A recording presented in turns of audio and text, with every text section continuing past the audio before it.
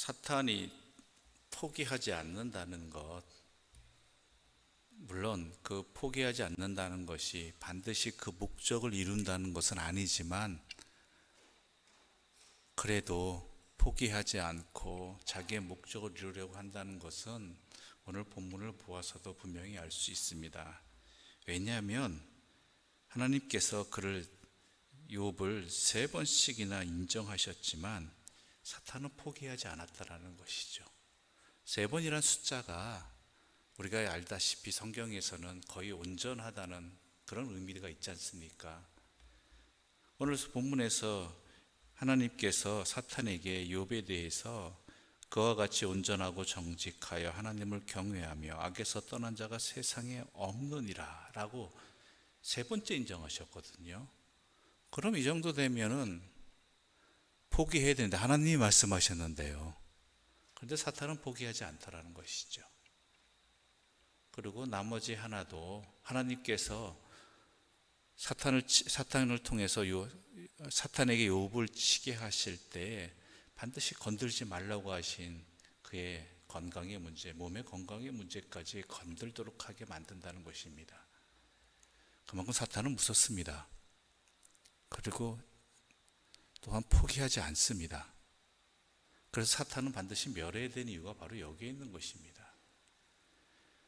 오늘 본문에 사탄은 말합니다. 하나님이 이런 말씀을 듣고도 또한 그가 그의 몸을 치면 욥이 포기할 것입니다. 하나님을 원망할 것입니다. 자기의 온전함을 지키지 못할 것입니다 라고 말하고 있다라는 것이죠. 그러면서 또한 그가 사탄이 행하는 일들이 뭐가 있었느냐, 욥뿐만이 아니죠. 2절 우리 함께 읽어볼까요? 2절입니다. 여호와께서 사탄에게 이르시되 내가 어디서 왔느냐? 사탄이 여호와께 대답하여 이르되 땅을 두루돌아 여기저기 다녀왔나이다. 땅을 욥에게만 신경 쓴 것이 아니라 여기저기 돌아다니면서 시험에 걸만한 일들을 찾았다 헤맸다라는 것이죠. 그 누구도 예외가 될 수는 없다라는 것입니다. 이 얘기는 뭡니까? 예수 안 믿는 사람이나 예수 믿는 사람이나 처음 믿는 사람이나 무지하게 오래 믿은 사람이나 다 사탄은 넘어뜨리려고 작정한다라는 것입니다. 때로는 우리가 이러한 어려움이 닥치거나 사탄의 시험에 빠졌을 때 스스로 자기 어떠한 비하에 빠지게 됩니다. 내가 뭔가 잘못하지 않았을까? 그렇죠? 그러니까 이 결과가 있는 것 아니냐. 물론 그게 맞기도 하고 틀리기도 합니다. 때로는 내가 하나님 앞에 밉보인 거 아니냐, 하나님이 날 미워하시는 것 아니냐, 그리고 또 어떨 때는 하나님이 날 떠나신 것 아니냐, 내 믿음이 부족한 것 아니냐, 그럴 때 있거든요. 근데 예이기도 하고 아니요이기도 합니다. 아무리 믿음 좋아도요, 하나님 보시기에 온전한 사람이랄지라도요, 사탄은 다 걸고 넘어집니다. 다 시험에 들게 하고자 한다는 것이죠. 그럴 때 우리가 놓치지 말아야 될 것은 뭡니까? 결론부터 이 말씀드리자면 하나님을 바라보아야 된다는 것입니다. 믿음이 약한 것 같더라도, 강한 것 같더라도, 믿음이 시작할 생활한 지 오래되지 않았다 할지라도, 믿음 생활 오래 했다 할지라도 해결책은 하나입니다. 하나님만 바라보는 것입니다. 다른 이유 없이 걸릴 때 틀림없이 있습니다. 그게 욥 아니에요. 넘어뜨리는 게 목적이지 어떠한 욥이 친구들이 말한 대로 잘못해서 그 죄의 대가로, 잘못의 대가로 치른다라는 거 생각하지는 마십시오. 물론 그럴 때도 있습니다. 그러나 그게 전부는 아니라는 것이죠. 그것을 알고자 할 때는 우리 어떻게 됩니까? 하나님 앞에 서야 되는 것이죠. 이유 없이 당하는 고난도 있다라는 것입니다. 그런 가운데 사탄에게 생명은 해하지 말라라고 하나님은 당부하시죠. 왜냐하면 생명은 온전히 하나님의 것입니다. 그러자 사탄이 이제 욥을 칩니다. 그의 몸의 건강을 칩니다. 아주 잔혹하게 치지요. 오랫동안 고통을 받는, 온몸에 종기가 나게 하고 그 종기의 그 고통이, 괴로움이 질그릇 조각을 가지고 자기의 몸을 긁을 정도가 되게 합니다. 이 정도면은 엄청난 것이죠. 차라리 날 죽였으면 하는 생각이 들 수도 있는 상황입니다. 긁을 게 없어서 질그릇 조각 가지고 긁는다는 것은 조금 더 하다면 칼로 자기 몸을 베어버릴 수도 있는 상황이라는 얘기입니다.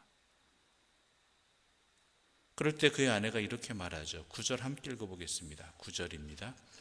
그의 아내가 그에게 이르되 당신이 그래도 자기의 온전함을 굳게 지키느냐 하나님을 욕하고 죽으라. 하나님을 욕하고 죽으라. 이 말을 했다고 해서 우리가 아내가 마치 나쁜 사람, 욥은 그동안 이런 아내와 함께 어떻게 살았느냐 이렇게 생각하신다면 이 시간 그 오해를 벗어버리시기 바랍니다. 욥만 재산이 이렇습니까? 욥만의 재산이었습니까? 아니잖아요. 수천 마리의 자기 재산이 모두 사라질 때 그건 아내도 마찬가지예요. 그 고통은.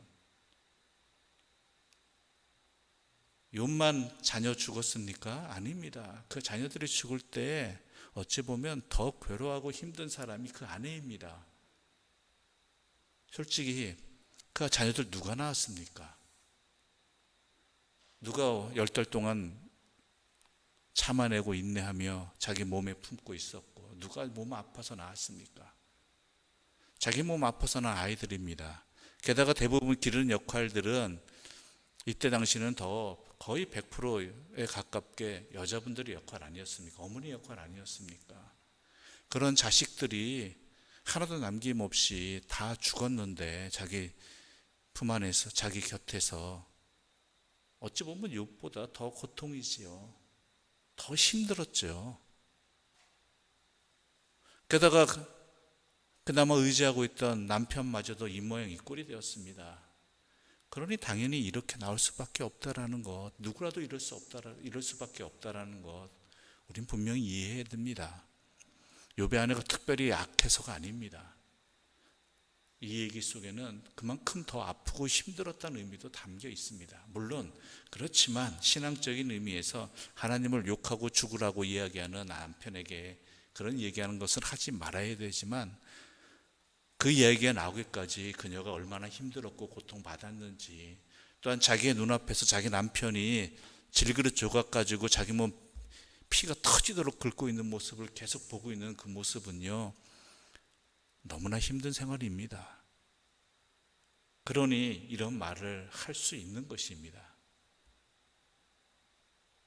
그래도 욥은 그런 가운데 그렇게 말하지 말라라고, 이 여자 왜 이렇게 어리석냐고 이야기하지 않습니다. 그대의 말이 한 어리석은 여자의 말 같도다라고 이야기하죠. 이해는 하지만 그러지 말아야 한다는 이야기입니다. 이해는 해야 한다는, 그러니까 욥에 좋은 게 이것이죠. 이해한다라는 것입니다. 하지만 그러지 말아야 된다라는 것이죠. 상대방의 처지를 이해합니다. 특히 아내의 이 말 속에 담겨진 그 아픔을 이해하고 남편을 향한 안타까움 이해합니다. 그러고 난 다음에 그렇지만 아니 그러지 말아야 된다라고 이야기하는 것이죠. 그래서 우리 10절의 말씀 다시 한번 읽어볼까요? 10절입니다. 그가 이르되 그대의 말이 한 어리석은 여자의 말 같도다. 우리가 하나님께 복을 받았은즉 화도 받지 아니하겠느냐 하고 이 모든 일에 욥이 입술로 범죄하지 아니하니라. 이 얘기 속에는요, 하나님을 원망하지 않았다라는 그 말뿐만이 아니라요, 아내에 대해서도 나쁜 말 하지 않았다, 험한 말 하지 않았다, 상처 줄 말 하지 않았다는 이 의미가 담겨 있습니다. 그래서 욥이 참 대단한 사람 같습니다. 모든 것을 빼앗기고 또한 잃어버리고 자기 몸이 그토록 고통받는 가운데, 물론 자기를 안타까워하고 이해하고 같은 아픔 이상을 겪었던 여인의 아내의 말이지만 자기에게 뭐라고 차라리 그러고 죽으라고 하는 아내에게 똑같이 험한 말로 하지 아니하고 이해하고 또한 위로하고 진리를 참된 것을 말하는 이 모든 것들이, 그래서 오늘 본문에서 이 모든 일에 욥이 입술로 범죄하지 않았다라고 되어 있죠. 그런 가운데 욥의 세 친구가 찾아옵니다. 이 욥의 세 친구가 찾아오는데 멀리서 보니까 욥인 줄 모를 정도가 되었다라는 이 상황 앞에 그들은 절망합니다. 우리 12절과 13절의 말씀 함께 읽어보겠습니다. 12절과 13절입니다. 함께 읽겠습니다. 눈을 들어 멀리 보매 그가 욥인 줄 알기 어렵게 되었으므로 그들이 일제히 소리질러 울며 각각 자기의 겉옷을 찢고 하늘을 향하여 티끌을 날려 자기 머리에 뿌리고 밤낮 7일 동안 그와 함께 땅에 앉았으나 욥의 고통이 심함을 보므로 그에게 한마디도 말하는 자가 없었더라. 아멘. 역시 친구는 친구입니다. 멀리서 각자 있었던 것 같은데 찾아옵니다. 그래서 욥의 상황을 보고 절망합니다. 그 고통 속에서 함께 울어줍니다. 7일 동안 함께 있으면서 아무 말도 하지 않았다라는 것이죠. 무엇을 어떻게 말해야 될지 모르는 상황일 수도 있고요. 또한 그와 함께 그를 이해하고자 하는, 받아들이고자 하는 그 시간들이 7일이었다라는 것이죠. 그렇습니다. 꼭 말을 안 해도 됩니다. 때로는 위로한답시고 하는 말들이 받는 사람이 아직 받을 준비가 안 돼 있거나 아니면은 말하는 사람의 표현이 잘 전달되지 못하면 도리어 상처가 될 수 있습니다. 그럴 때는 함께 있고 아무 말 없이 함께 있는 것, 그것만으로도 충분히 위로가 되고 마음이 전달되어집니다. 꼭 말로 표현되지 않아도 그 마음이 통하는 길이 반드시 있다라는 것이죠. 그러므로 상대방을 헤아리고 나도 헤아려서 그 마음을 잘 전달하지 못할 때에는 함께 있는 것, 아무 말 없이 있는 것, 또한 조용히 마음속으로 기도하는 것, 그런 것들이 참된 위로가 됨도 우리가 분명히 알아야 됩니다. 때로는 받는 사람도 마찬가지입니다. 아무 말 하지 않는다고 해서 그가 나를 위로하지 않는다고 생각하지 마십시오. 그가 진심으로 말하고 싶은 것이 있지만 혹시 그 말이라도 상처가 될까봐, 또한 그 아픔을, 그 슬픔을 제대로 표현하지 못할까봐, 오해되어질까봐 그렇게 아무 말 없이 기도하며 있는 것입니다. 이 서로가 이러한 입장을 이해해야 된다는 것이죠. 어느 권사님이 쓰신 책 제목이 문득 어제 준비하면서 기억이 났습니다. 여러분도 아실 분인데 남대문교회 권사님이신데 그분이 책 에세이집 같은데 꽃으로도 때리지 말라라는 책 제목이 있습니다. 위로한다고 또한 격려한다고 꽃을 주기도 하지만 때로는 그 받는 사람이 어려울 때는, 받을 준비가 되지 않고 힘들 때는 그 꽃도 상처가 된다라는 것이지요. 욥의 친구들의 이 모습을 우리가 눈여겨봐야 될 것입니다. 함께, 그렇지만 찾아가지 않는다는 건 아닙니다. 함께 가서 있는 것, 아무 말 하지 않아도 함께 슬퍼하는 것, 이런 것들이 커다란 위로가 되기도 하고 또한 서로가 상처를 나누는 일들 된다라는 것 분명히 아시고, 아직까진 좋은 친구들의 모습에 우리는 또한 내 역할이 어떻게 해야 될지, 위로하는 자로, 또 위로받는 자로서 이 모든 사항들을 어떻게 이해해야 될지를 한번 헤아려 볼 수 있는 귀한 말씀의 자리가 되기를 소망합니다. 기도드리겠습니다. 하나님 아버지, 감사합니다.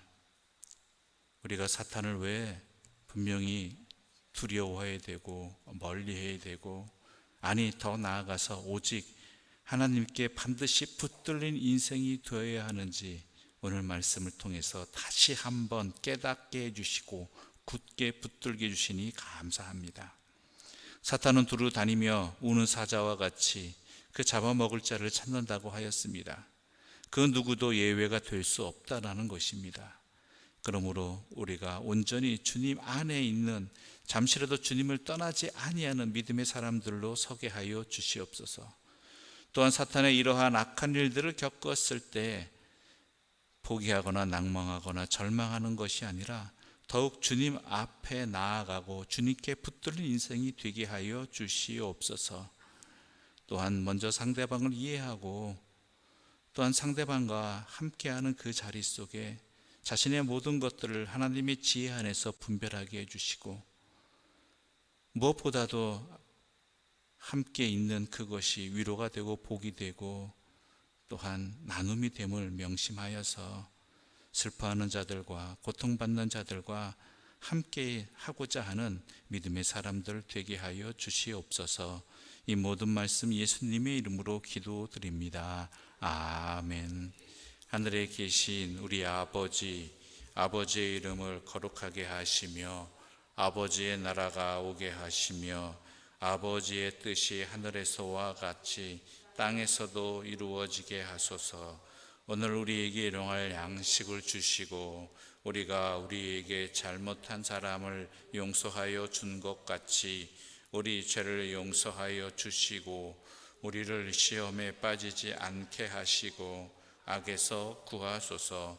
나라와 권능과 영광이 영원히 아버지의 것입니다.